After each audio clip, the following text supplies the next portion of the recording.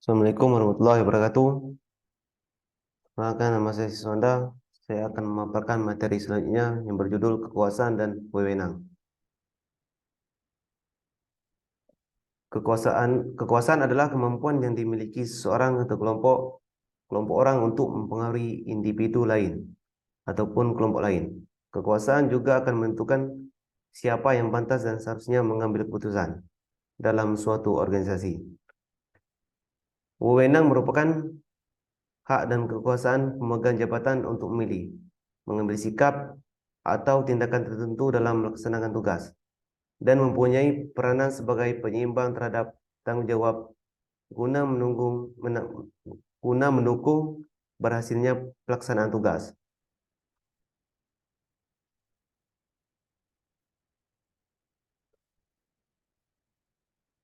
Wewenang mempunyai unsur sebagai berikut. Yang pertama, wewenang dinamakan dalam posisi seseorang karena posisi yang diduduki bukan karena karakteristik pribadinya yang khusus. Yang kedua, wewenang yang diterima oleh bawahannya.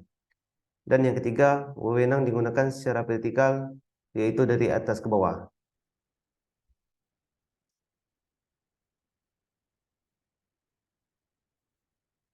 Kekuasaan dapat berasal dari yang pertama, basis antar pribadi. Yang kedua, struktural dan situasi.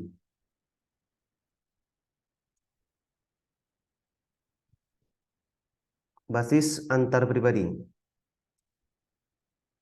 French dan Rapen mengajukan 5 basis kekuasaan didasarkan pada kemampuan pribadi dalam mempengaruhi individu-individu sebagai berikut.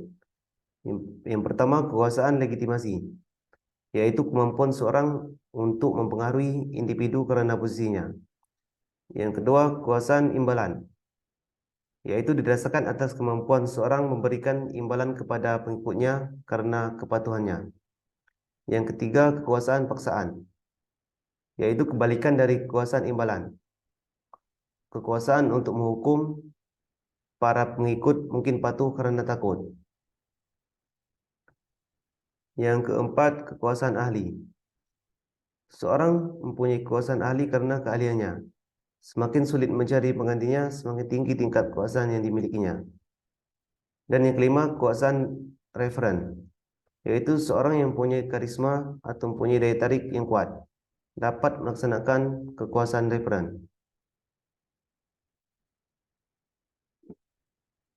Selanjutnya, kekuasaan struktural dan situasional.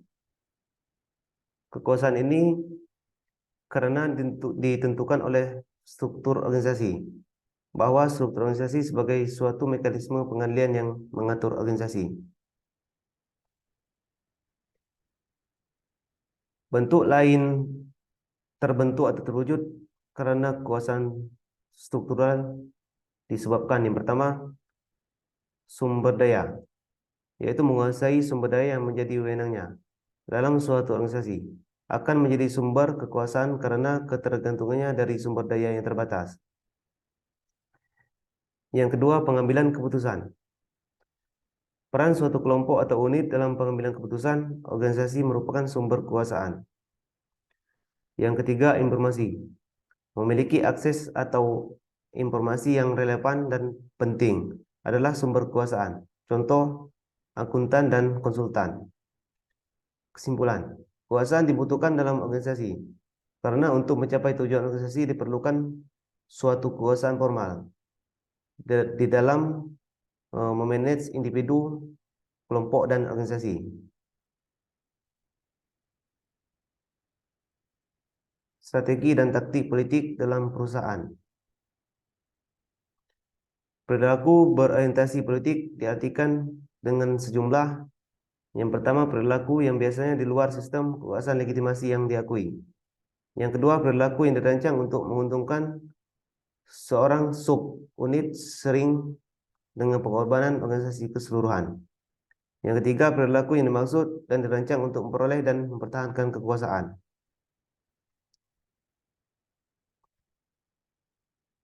Nisbet menjelaskan permainan-permainan politik oleh individu atau kelompok yang dilakukan sebagai berikut.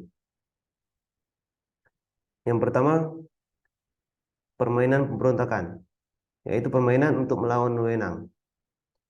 Yang kedua, permainan pembalasan pemberontakan, yaitu dengan melakukan kegiatan terjun langsung dari atasan. Yang ketiga, permainan sokongan, yaitu seorang mengikat diri atau mendukung terhadap orang yang berkuasa. Yang keempat, permainan pembentukan koalisi, bergabung dua atau lebih unit atau kelompok dalam mencapai tujuan bersama. Yang kelima, permainan lini PS staff, yaitu manajer ini melawan staf, penasihat atau ahli. Sekian dan terima kasih. Mungkin ini saja yang saya sampaikan. Terlebih kurang saya mohon maaf. Wassalamualaikum warahmatullahi wabarakatuh.